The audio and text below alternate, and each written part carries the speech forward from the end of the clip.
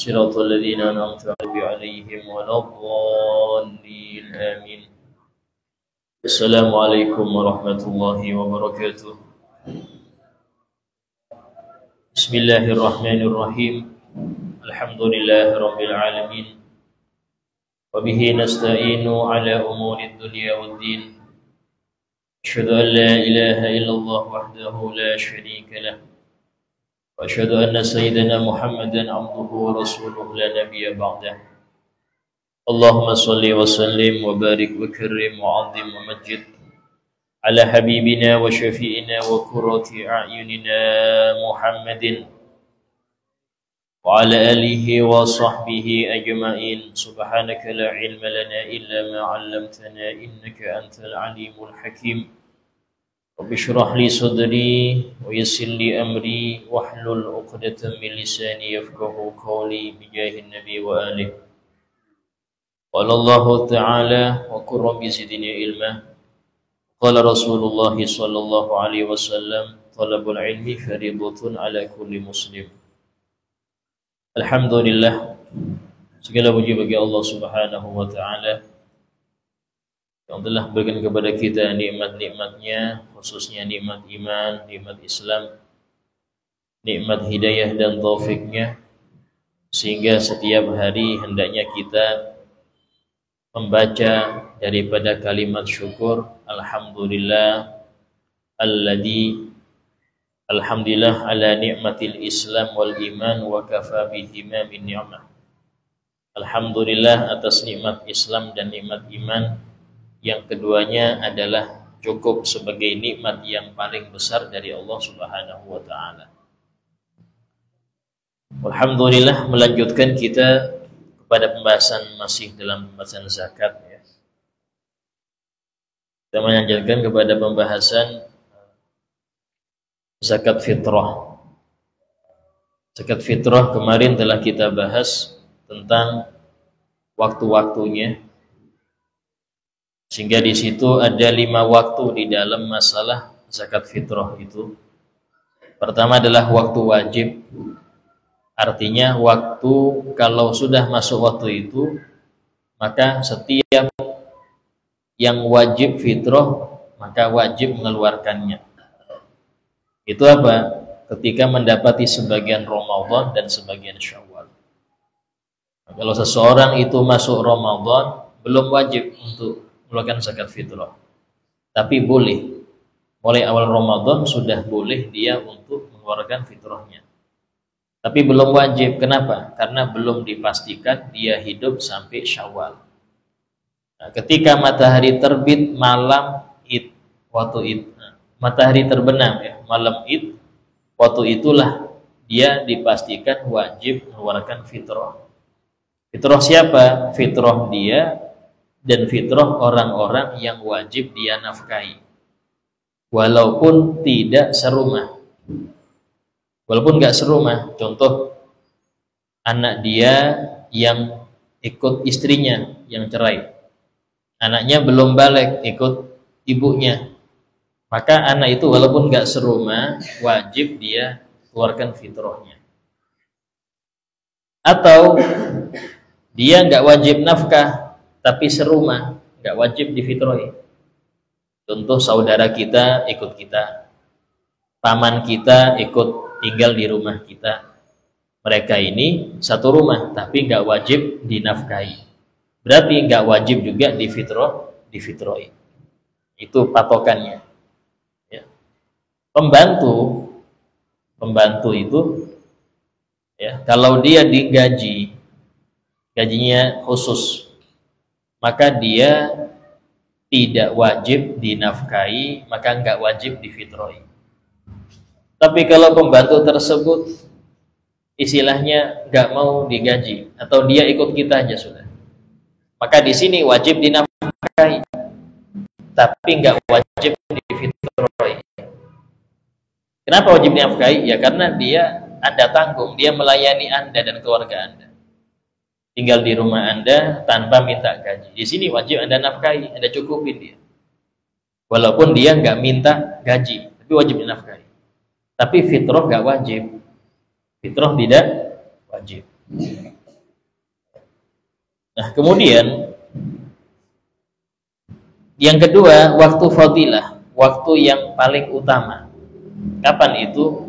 Yaitu di hari Idul Fitri setelah terbit fajar shodiq sampai sebelum sholat Id. Itu waktu yang paling utama bayar fitrah. Cuman ini yang seperti ini jangan titip ke masjid, gelabakan masjid. Tapi serahkan sendiri. Contoh, Anda sudah tahu, oh fulan ini mustahik, dekat dengan rumah saya, nanti aja besok habis sholat subuh saya ke situ. Kenapa? Paling utama waktu tersebut, bukan di malam Idnya. Kalau masjid karena dia sebagai penyalur, ya harus ada deadline. Kenapa? Kalau nggak di deadline, gelabakan. Yang parah kalau sudah ditutup, ada yang nyerahkan, akhirnya nggak ada yang ngurus. Siapa tanggung jawab? Nah, ini pertanyaan besar. Kalau masjidnya nggak menentukan waktu, wis kapanpun yang mau nyerahkan akan kita alokasikan, akan kita salurkan. Pas jam 3 subuh nyerahkan. Sampai subuh ada beberapa beras yang tidak tersalurkan. Ini kesalahan daripada panitia. Kenapa dia tetap membuka? Harusnya ada deadline. Contoh di beberapa musola itu kasih deadline. Sore terakhir Ramadan tutup sudah. Jadi kalau dia mau bayar malam Id, silahkan ke tempat lain. Kita kalau sudah malam Id sibuk bagikan, nggak terima lagi, tidak apa-apa. Karena bukan kewajiban musola itu ngurusin zakat, bahkan nggak termasuk daripada tugas masjid ya. Nggak termasuk tugas masjid, nggak termasuk tugas musola itu menyalurkan zakat. Karena itulah tidak boleh di dalam mencukupi sarana prasarana pembagian, ya, entah itu beli kantongan atau beli bensin untuk bagi dari kotak amal masjid, nggak boleh. Kenapa? Karena urusan ini nggak masuk bagian tugas masjid, nggak boleh. Ya, bolehnya dari mana, Ustadz? Bolehnya dari mana? Ya kalau seumpama ada yang mutabarri', ada yang mau memberi, ambil. Tapi bukan dari kotak. Ya. Kenapa? Karena urusan bagi beras bukan tugas utama musola atau masjid. Sehingga yang di kotak amal itu hanya dipergunakan untuk maslahat musola atau masjid saja. Contoh lampu, listrik, ya, air, atau kegiatan-kegiatan Jumatan, khotib, ya, atau imam atau muadzin, itu dari situ. Karena memang itu tugas inti. Kalau nggak ada itu ya dari mana? Nah, cuman hal-hal yang di luar itu nggak masuk tugas masjid, sehingga nggak bisa diambil dari dana masjid. Seumpama kita pengen Ustaz dari masyarakat, ya tulis kotak amal khusus. Contoh seumpama ya, ada tulisan kotak amal untuk PHBI, silahkan. Kotak amal untuk pembagian fitrah, silahkan taruh situ. Sehingga yang masuk situ dia boleh diambil. Kotak amal untuk korban, yang masuk situ ambil untuk masalah korban. Yang kosong ya sudah, kalau kosong jadi dipakai yang lain. Itu kalau di dalam kehati-hatian. Ya, yang zaman sekarang ini jarang sudah perhatian. Seperti itu jarang. Bahkan sekarang ini ada masjid yang isi kotak amal dipakai untuk macam-macam, membantu korban bencana, ada kalanya untuk ngayomin masyarakat sekitar. Ini lain dinas sosial. Masjid itu bukan dinas sosial. Masjid itu punya urusan sendiri. Sehingga orang yang masukkan kotak amal situ, dia niat ini untuk maslahat masjid. Karena kotak amalnya dalam masjid. Kalau kotak amalnya di pasar, ya untuk masalah pasar. Di sini harus kita ketahui bahwasanya al-umur bimaqasidiha, dalam kaidah fikih, semua perkara dengan tujuannya. Semua perkara itu tergantung tujuannya. Jika tulis tujuannya kotak amal, jelas. Berarti hanya berhubungan dengan masjid. Itu contoh ya. Karena itulah di dalam apakah harus musola itu menyalurkan fitrah? Tidak. Sumpama musola, saya tahun ini nggak nyalurkan karena kurang anggota, enggak apa-apa. Karena memang afdolnya setiap yang berzakat menyerahkan sendiri. Kalau dia tahu siapa mustahik. Kalau dia nggak tahu, nah barulah ada istilahnya badan amil zakat. Ambil zakat itu yang membantu orang-orang kalau ada yang nggak ngerti kemana disalurkan, nah ke sini disalurkannya, nanti mereka yang menyalurkan kepada yang berhak. Sementara musola dan masjid itu nggak termasuk bagian basnas. Cuman kalau Idul Fitri biasanya gelabakan, basnas ini gelabakan. Mau nggak mau di sini harus ada amil-amil yang diangkat, yaitu di-SK-kan. Dari sini tidak semua pengurus zakat di musola dan masjid sebagai amil, karena amil itu yang diangkat oleh pemerintah secara resmi atau perwakilannya. Berarti apa? Harus ada SK. Kalau nggak ada SK diangkat oleh ketua masjid, itu relawan zakat. Itu orang yang mengorbankan waktunya untuk ngurusin zakat masyarakat. Relawan nggak termasuk amil, berarti nggak boleh ngambil zakat karena atas nama amil, nggak boleh. Kecuali saya fakir Ustaz, ambil karena masuk 8 golongan fakir. Kalau cuman relon zakat ya nggak boleh. Yang parah lagi, sudah relawan ngambil banyak lagi. Istilahnya itu, ini kalau dibagikan ke banyak orang habis, data kita nggak ada nih. Tentukan aja 10 orang, sisanya kita bagi-bagi. Nah, ini dolim. Ya, dia ngambil hak orang, dan haram dia mengambil itu, karena dia nggak termasuk 8 golongan. Itu nanti ada penjelasan lebih detail tentang amilnya. Kemudian waktu jawaz, kapan boleh bayar zakat fitrah? Min awal Ramadan. Ya, awal Ramadan sudah boleh dia bayar zakat fitrah. Ya. Namanya takdimuz zakah, mendahulukan zakat. Tapi ada syaratnya.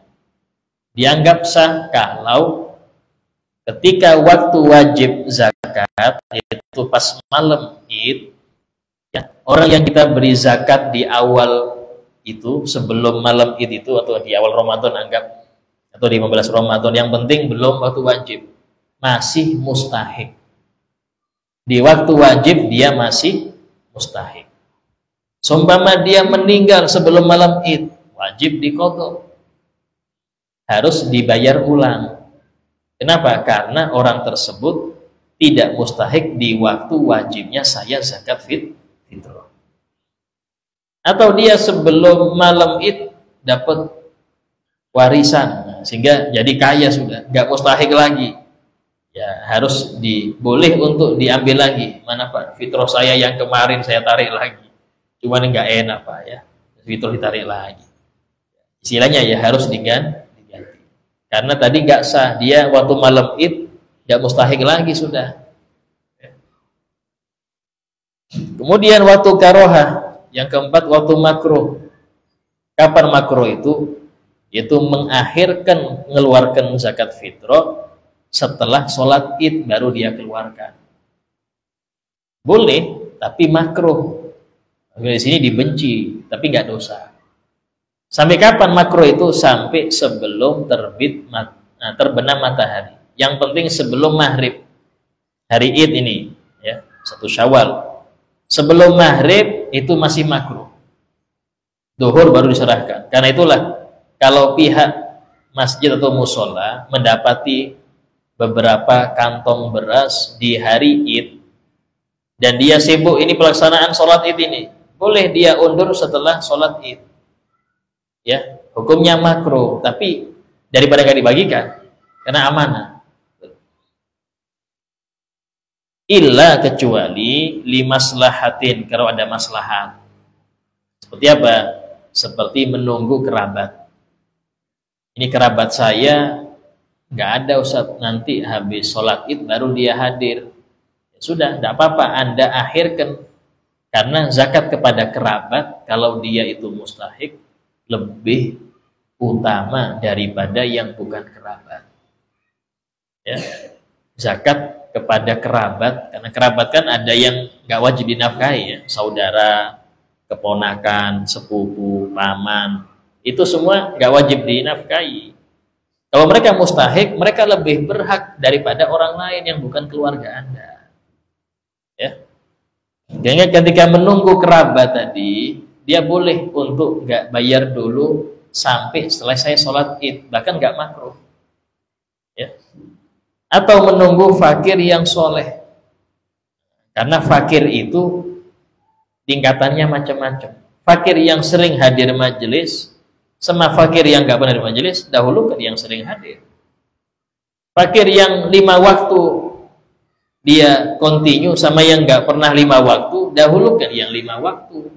Karena di situ ada pahala plus apa itu? Membantu orang dalam ketaatan. Ini fakir sering teler Ustaz, oh tunggu dulu. Boleh Ustaz, boleh. Kan selama dia muslim boleh. Cuman cari yang nggak teler lah. Khawatir dijadikan untuk beli bir, repot lagi sampai bantu maksiat dia. Di sini penting ya. Fakir terlilit hutang, sudah fakir terlilit hutang, maka dia dapat 2 zakat itu. Zakat dari sisi fakirnya, dari sisi dia terlilit hutangnya. Dari sini tidak wajib menyamaratakan per individu. Ya, ini setiap orang dijatah 3 kilo kalau dikasih mama, atau 5 kilo per orang, tidak wajib. Bahkan yang afdol itu adalah dilihat kebutuhannya. Fakir single dengan fakir yang punya pasangan, lebih banyak yang punya pasangan. Fakir punya pasangan, punya anak banyak, kasih lebih banyak. Sekarung kah, 2 karung kah? Oh ini kok dapat 1 plastik, ini dapat 5 plastik, ya beda. Ini fakirnya banyak tanggungan. Itu namanya bijaksana. Ya. Sehingga tugas amil itu berat ya. Yang paling berat itu adalah mendata yang berhak. Kadang-kadang maaf, panitia masjid tanya Pak RT. RT-nya tidak ngerti mustahik mana. Yang penting yang jadat tulis Ustaz. Janda kaya repot. Janda kaya nggak wajib dikasih, nggak berhak. Bahkan dia wajib zakat dengan hartanya. Ya. Anak yatim kalau punya warisan dari orang tuanya kaya, nggak berhak dapat zakat. Karena itulah dalam 8 golongan nggak ada tulisan anak yatim. Yatim fakir, ya fakirnya itu dapat, bukan urusan yatimnya, fakirnya. Sehingga dalam 8 golongan itu nggak ada yatama, yang ada itu fuqara, masakin, ada 8 golongan. Nah, sehingga dalam milih fakir itu milih-milih. Kalau yang soleh, menunggu fakir yang soleh, tidak apa-apa. Anda tidak sampai selesai sholat itu. Tidak makruh. Karena fakir soleh lebih utama.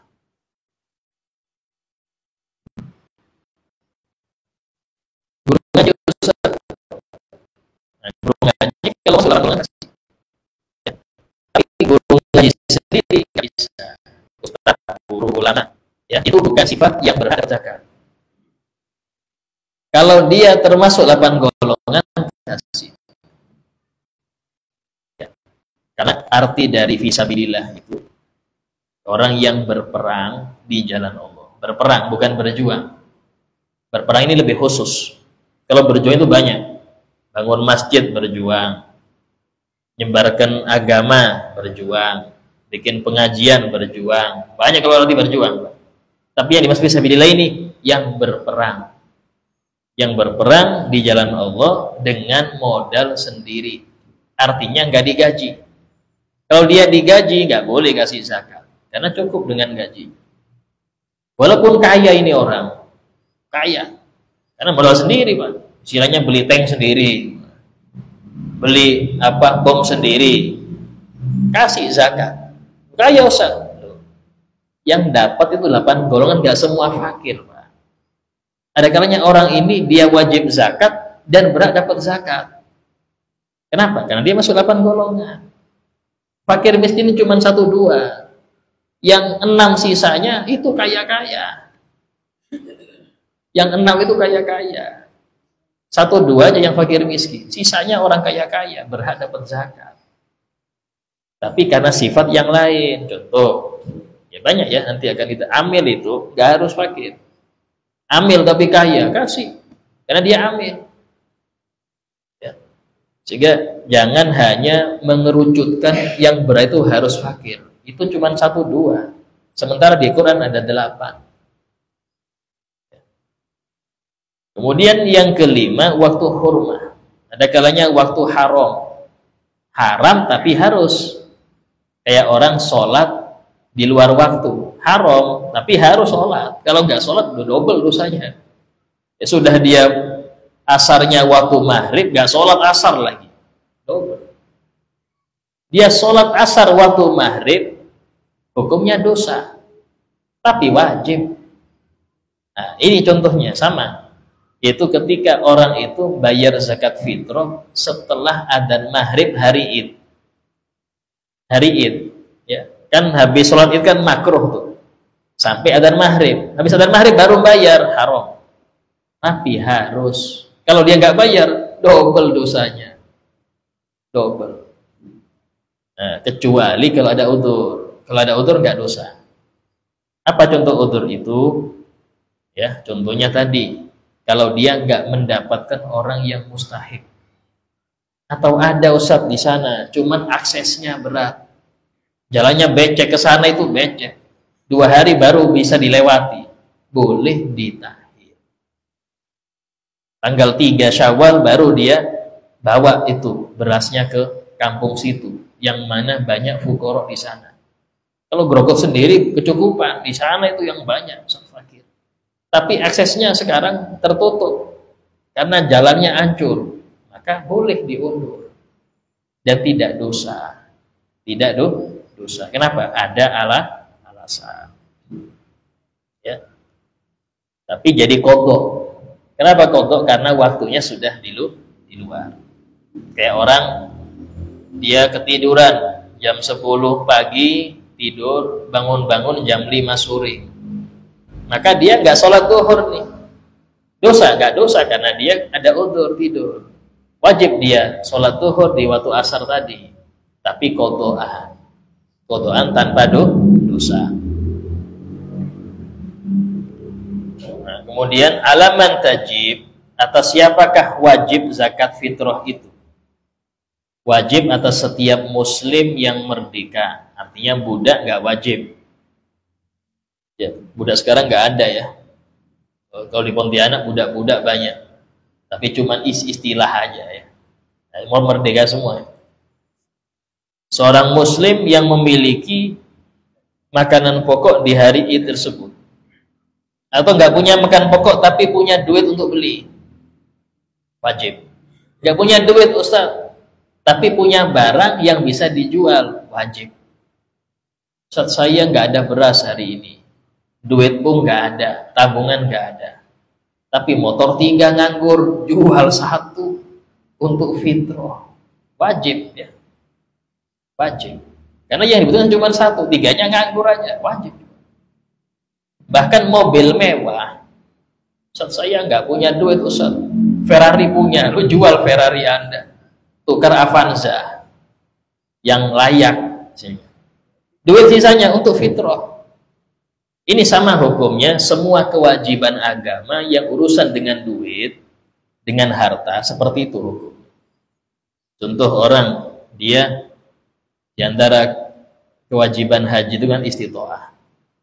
Istitoah ini ada 3. Kesehatan, keamanan, dan finansial. Dia nggak punya duit untuk pergi haji. Tapi rumahnya mentereng. Wajib dia jual itu rumah dan beli rumah yang layak, nggak semahal mentereng itu. Duit sisanya untuk haji.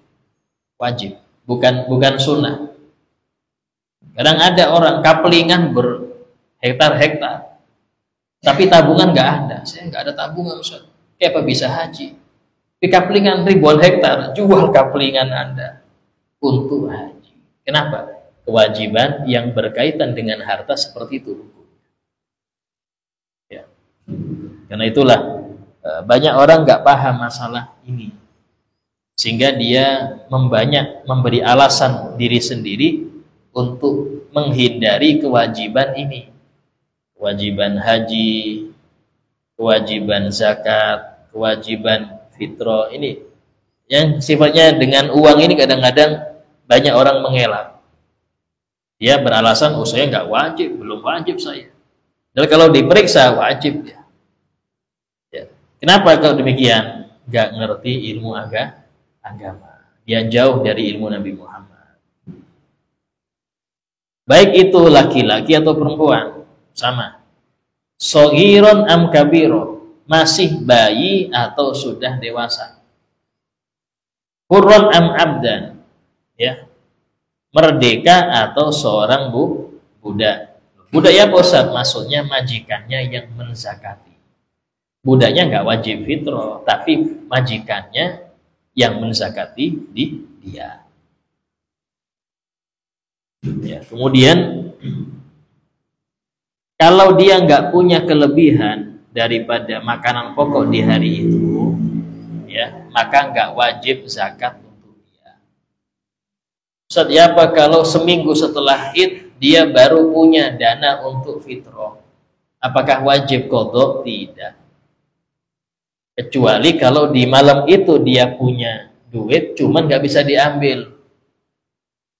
Orang utang nggak bayar-bayar, seminggu kemudian dia bayar, wajib Anda qadha. Wajib. Tapi kalau memang di hari itu nggak ada, betul, nggak ada uang, nggak ada barang yang dijual yang betul pas-pasan, olas, nggak wajib dan tidak ada qadha. Tapi sunnah kalau kemudian hari dia dapat banyak beras sehingga mencukupi bahkan lebih-lebih, harus dia fitrah dengan beras tadi. Ada kalanya ini fakir, ya, dia berhak dapat zakat dan dia wajib zakat fitrah. Fakir pun wajib zakat fitrah, Pak, kalau memang dia ada kelebihan daripada beras. Berapa wajibnya? Nah ini, yang wajib fitrah itu berapa? So'un an kulli syakhs, 1 so' untuk seperorangnya. Ya. Kalau dia nggak mampu 1 so', ya, maka dia bisanya berapa? Saya nggak bisa Ustaz kalau 3 kilo. Anggap kalau kita pakai yang sempurna, ya, 1 so' itu kita pakai 2,8. Karena memang 1 so' itu 4 mud. 1 mud inilah yang masih khilaf. Sebagian ulama pakai 6 on masih. Kalau 6 on berarti 2,4 kali kan 2,4 tuh, dibagikan 2,5 kilo. Tapi yang muktamad 1 mud itu 7 on. Yang muktamad 7 on. 7 kali 4 28. Berarti 2,8 kilo itu yang muktamad. Memang dulu ulama ngambil yang paling minim 6. Kenapa? Setelah merdeka itu fuqara banyak. Indonesia itu banyak yang miskin, sehingga ulama nggak memperberat masalah fitrah, dipakai 6. Sekarang, ya, sebagian besar mampu untuk 7 on itu mampu. Karena itulah untuk sekarang ini usahakan yang bisa 2,7. Nah 2,8 pakai 2,8. Ya. Nah, terus kemudian apa namanya, yang wajib ini harus bentuk beras. Tidak ada aturan pakai duit, nggak ada. Ya. Kalau menyerahkannya kepada amil bentuk duit, cuma kepada amil bentuk duit, ya apa Ustaz? Itu usahakan ada akad, istilahnya amil ini ya, dia nerimanya itu usahakan nerima beras, jangan nerima duit. Kenapa? Karena duit ini masih diperselisihkan sahnya, masih diperselisihkan sahnya. Afdolnya bagaimana? Afdolnya dia suruh ada pakai aturan. Di sini hanya menerima beras, nggak nerima duit. Nggak apa-apa, karena masalah ini ya, kita bukan berarti suksesnya panitia itu kalau yang dia terima banyak. Suksesnya itu ketika Anda sesuai syariat, itu sukses. Mau sedikit mau banyak, yang penting sesuai syariat, bagikannya kepada yang berhak, benar-benar berhak, selesai urusan. Sukses Anda. Bukan urusan, ini saya alhamdulillah Ustaz 10 ton mengumpulkan. Dan bukan seperti itu. Tapi gelabakan, akhirnya yang nggak berhak dikasih juga. Tanggung jawab di akhirat. Karena dia amanah, nggak amanah. Sehingga dalam hal ini, kalau memang Anda nerima beras, nerima duit, itu harus disediakan beras, bukan beras daripada orang-orang yang fitrah. Karena zakat fitrah nggak boleh dijual. Syaratnya jual beli itu milik Anda, milik orang yang menjual. Anda menjual milik orang nggak sah. Sebagian orang gitu, ya sudah sampean ini nah banyak beras orang, silahkan sampean boleh beli berapa. Nggak sah. Kenapa nggak sah? Karena itu fitrahnya orang, belum dibagi. Jika Anda jual, ya berarti pertama menjual milik orang, nggak sah dalam fikih. Yang kedua, fitrah orang itu kayak apa nanti? Tersampaikan apa enggak? Sementara harus diserahkan kepada yang berhak itu bentuk beras, bukan bentuk duit. Beda kalau Anda panitia mas itu membuka zakat mal dan fitrah, beda. Berarti mal sendiri, fitrah sendiri. Ya. Sama kayak fidyah ya. Fidyah itu kan ukurannya 1 mud. 1 mud. 1 mud ini berarti 1/4-nya fitrah. Cuman yang saya heran, kadang di edaran itu 1 fitrah 30. 1 fitrah 30. Kalau pakai duit 30.000 fitrah. Kalau fidyah 25, banyak betul. Harusnya 1/4-nya fitrah. Ini kadang-kadang sampai ada pernah di pasir, kalau tahun-tahun berapa itu, saya pernah lihat fidyah per hari 45.000. Sementara fitrah 35. Ini lebih tinggi fidyah daripada fitrah, padahal fidyah itu 1/4-nya fitrah aturannya. Ini kenapa kok malah lebih tinggi fidyah? Inilah kalau tidak ngikutin aturan fikih. Kenapa? Akhirnya bikin sendiri, dirapatkan. Sempat saya lihat tabel ya, tabel satu Kalimantan Timur itu kabupaten-kabupaten ini berapa besaran uangnya. Itu beda-beda. Berau sekian, Balikpapan sekian. Kan datanya, ini ukuran di fikih sama. Kenapa uangnya beda? Kalau memang membolehkan uang, kita ngikut yang bolehkan uang, harusnya sama. Kok beda-beda? Ketika kita telusuri, tergantung rapat masing-masing. Loh, ini repot. Urusan yang sudah baku kok dirapatkan bagaimana? Yang sudah baku gak usah dirapatkan. Kayak gini loh. Sholat isya 4 rakaat. Entah tergantung Ustaz, rapatnya kayak apa lu. Ini Pak bagus sudah, aturan fikih nggak bisa dibongkar lagi. Aturan itu ada hadisnya masalahnya. Jadi nggak bisa untuk ditukar-tukar lagi. Ini repotnya kalau sudah sesuatu yang sudah baku dirapatkan oleh yang bukan ulama. Itu contoh ya. Sehingga dalam hal ini usahakan kembali kepada yang sudah disepakati kesahannya. Apa itu? Beras. Dan beras itu pun tergantung daripada yang dikonsumsi. Anda mengkonsumsi beras yang harganya 15.000, nggak boleh fitrah dengan yang 10.000, nggak sah. Yang fitrah 18.000, silahkan, lebih tinggi mutunya, tidak apa-apa. Itu yang harus diperhatikan ya. Makannya beras yang 15.000, fitrahnya ras-raskin dibuat, repot Pak, ini nggak sah ya. Fitrahnya nggak sah. Kan untuk orang fakir Ustaz, cocok aja untuk mereka Ustaz. Innalillah, ini dosa modelnya, nggak boleh ya. Terus kemudian dikatakan kullu man talzamuhu nafaqatu ghairihi talzamu fitratuhu. Setiap orang yang wajib dia nafkahi, wajib dia fitrah. Itu patokan. Semua orang yang wajib kita nafkahi, istri, anak-anak, maka wajib kita fitrah. Ini jam berapa isyanya?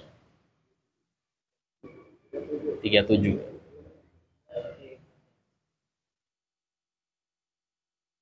Sehingga dalam hal ini ada pengecualian.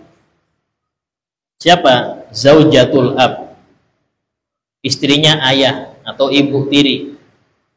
Ibu tiri itu wajib nafkahnya ya, wajib ada nafkahi ketika ayah mungkin sudah wafat, maka ibu tiri wajib menafkahi, tapi nggak wajib difitrohi. Fitrohnya tanggungan dia, tapi nafkah tetap ada wajib. Pengecualian. Demikian juga kerabat yang kafir. Kerabat yang kafir dia fakir, wajib ada nafkahi. Ya, tapi nggak wajib difitroi karena dia nggak wajib ibadah. Ini ibadah fitroi. Nggak sah dia ibadahnya, nggak usah difitroi. Tapi masih hilaf dalam hal tersebut. Nah, kemudian setiap orang yang nggak wajib dinafkahi maka nggak wajib difitroi. Yang itu mafhumnya. Setiap orang yang wajib Anda nafkahi, wajib Anda fitroi. Kebalikannya, setiap orang yang nggak wajib Anda nafkahi, maka nggak wajib Anda fitroi. Kecuali, ini kecualinya ada. Budak yang kabur. Budak yang kabur nggak wajib Anda nafkahi, dia kabur. Tapi wajib difitroi karena itu masih milik Anda. Paham? Nggak wajib dinafkahi tapi wajib dikeluarkan fitrah. Ya. Idza a'sara zauj, kalau seorang suami tidak mampu menfitroi istrinya. Ya. Maka nggak wajib bagi dia ya. Maka nggak wajib bagi sang suami tadi itu untuk menfitroi suami yang istrinya tadi, nggak mampu. Dan bahkan istri tadi kalau dia punya duit juga nggak wajib menfitroi dirinya sendiri. Istrinya punya duit, suaminya fakir, suaminya nggak bisa menfitroi istrinya. Maka di sini gugur kewajiban fitrah kepada atas untuk suami, untuk istri, dan istri nggak wajib menfitroi dirinya, walaupun dia punya duit, nggak wajib. Tapi disunnahkan istri tadi itu fitrah untuk dirinya pribadi. Ya.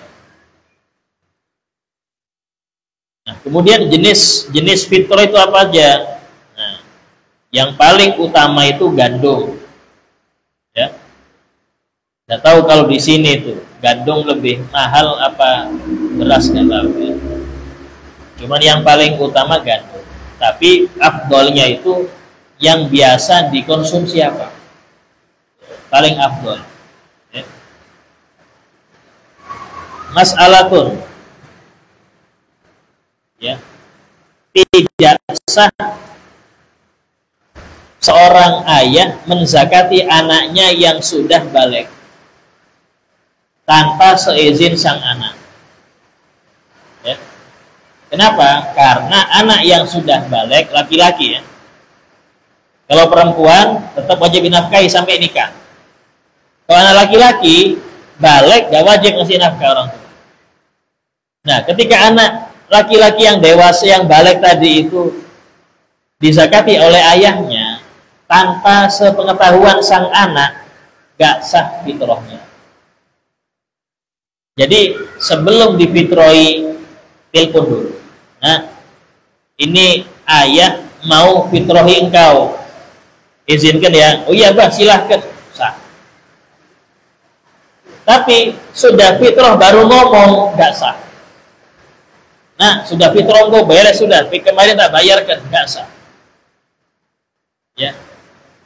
Kenapa? Karena anak yang sudah balik laki-laki itu tidak wajib dinafkahi. Karena nggak wajib dinafkahi, nggak wajib difitrahi. Ketika difitrahi oleh ayahnya tanpa seizinnya, nggak sah fitrah dia. Harus diulang lagi. Itu aturan.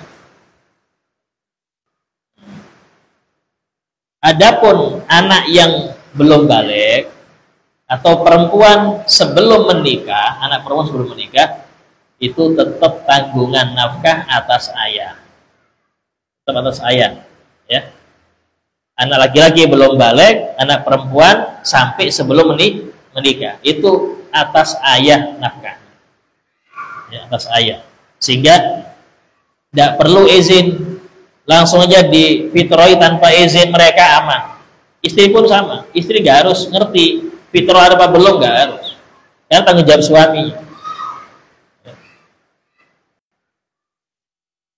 Masail mufarriqah insyaallah kita lanjutkan yang akan datang. Tidak ada yang mau bertanya? Ya.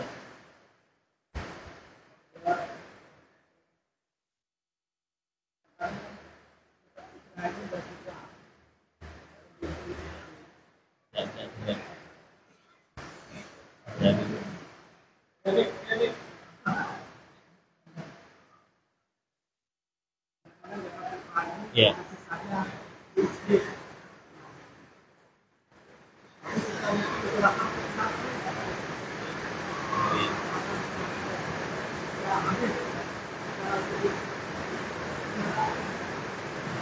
Jadi fitrahnya digrogot, orangnya di Banjar. Ya.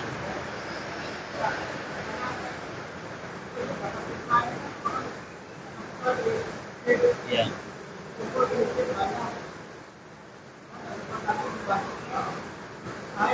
Ya.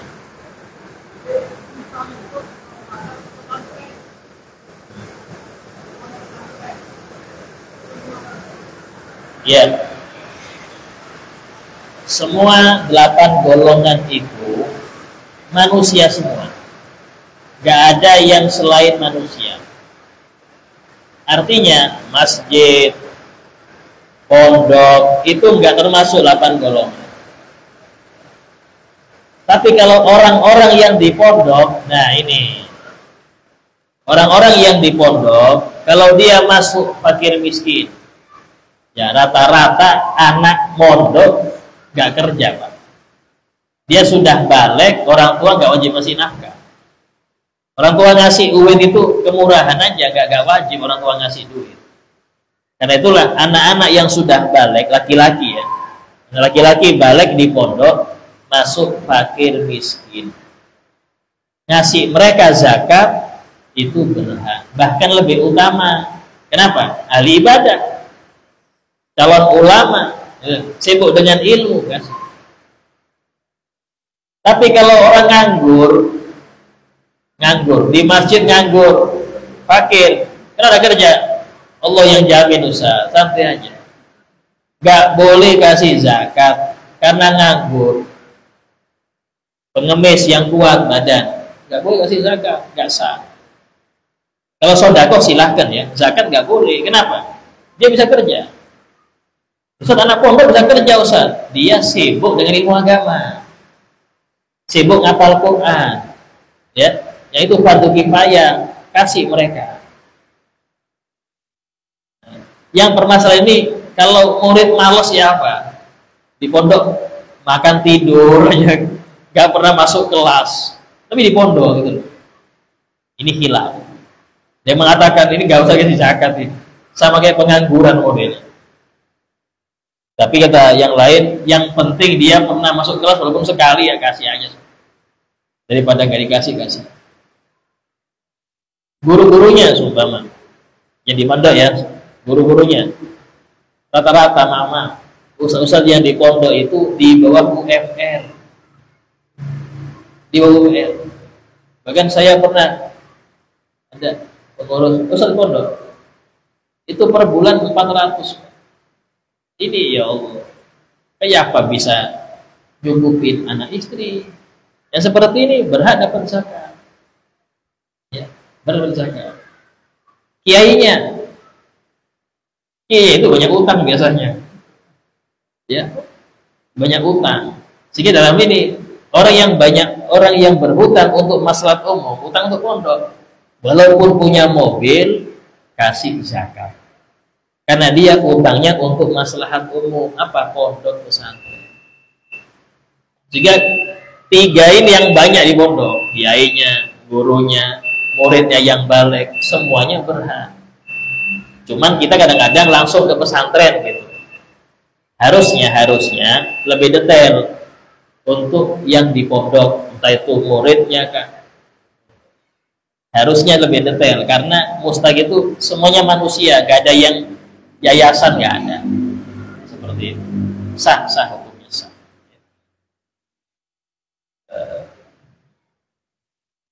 Isya sudah ya. Insyaallah kita lanjutkan kajian masalah zakat ya. Untuk yang datang insyaallah.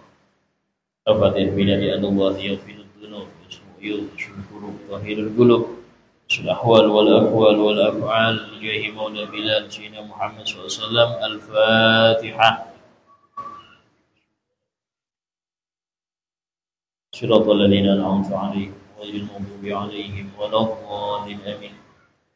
بسم الله الرحمن الرحيم. الحمد لله رب العالمين. اللهم صل وسلم على سيدنا محمد وعلى آله وصحبه أجمعين. ربنا انفعنا بما علمتنا. رب علمنا الذي ينفعنا. رب فقهنا وفقه أهلنا وقرابات لنا في ديننا. رب وفقنا وفقهم لما ترتضي قولا وفعلا كرما. وارزق الكل حلالا دائما وأخل أنقياء لما نهضى بالخير ونفى كل شر. ربنا واصلح لنا كل شؤون وقر بالرضا منك العيون. وقضي عنا ربنا كل الديون قبل أن تأتينا رسل المنون. ربنا آتنا في الدنيا حسنة وفي الآخرة حسنة وقنا عذاب النار. وصلى الله على سيدنا محمد وعلى آله وصحبه وسلم والحمد لله رب العالمين. السلام عليكم ورحمة الله وبركاته.